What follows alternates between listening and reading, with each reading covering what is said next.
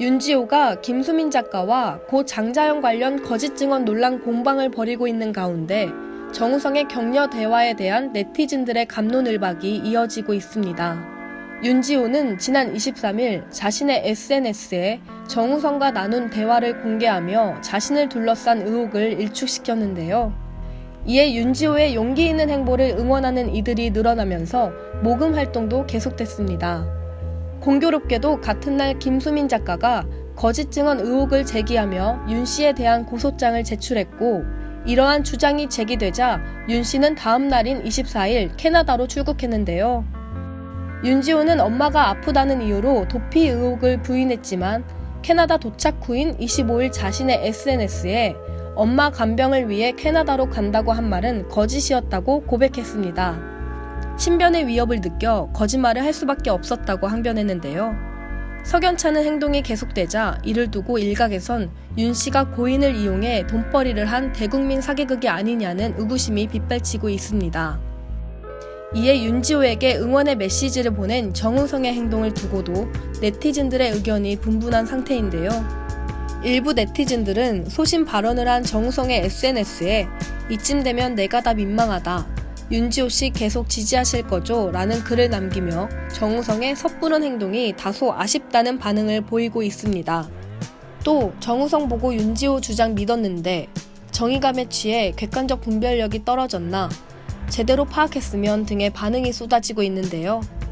정우성은 과거 배우 이지아와의 공개 열애 후에도 이지아에게 속은 것이 아니냐는 의혹에 휩싸인 바 있죠.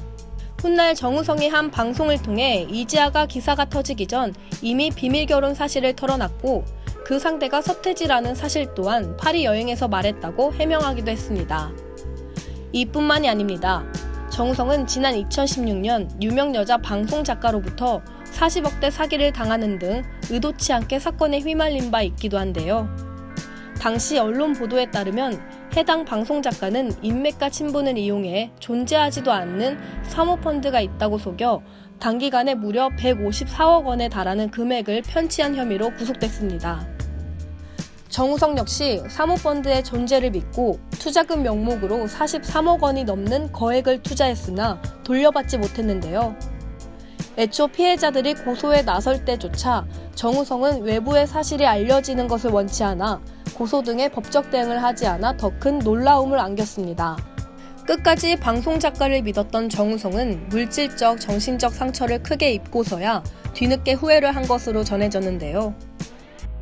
연예계 대표 개념 배우로 인간성 좋고 정직하기로 소문난 정우성.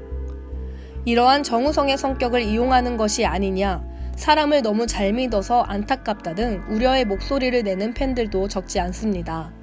윤지호를 향한 여러 의혹이 계속되면서 정우성의 순수한 의도 또한 빛이 발했는데요. 잘 속는 사람의 심리 코드라는 책에 따르면 욕망과 신뢰, 불안이라는 세 가지 요소가 사기를 당하게 만든다고 하는데요. 주변인들을 신뢰한 정우성, 그의 순수한 의도가 이용당하는 건 아닌지 안타까운 현실인데요. 정우성에게 큰 위안을 받아 죽어서도 잊지 못할 것이라 밝힌 윤지호. 그녀에 대한 진실은 차후 법정에서 판가름 날 것으로 보입니다. K스타 뉴스 조수희입니다.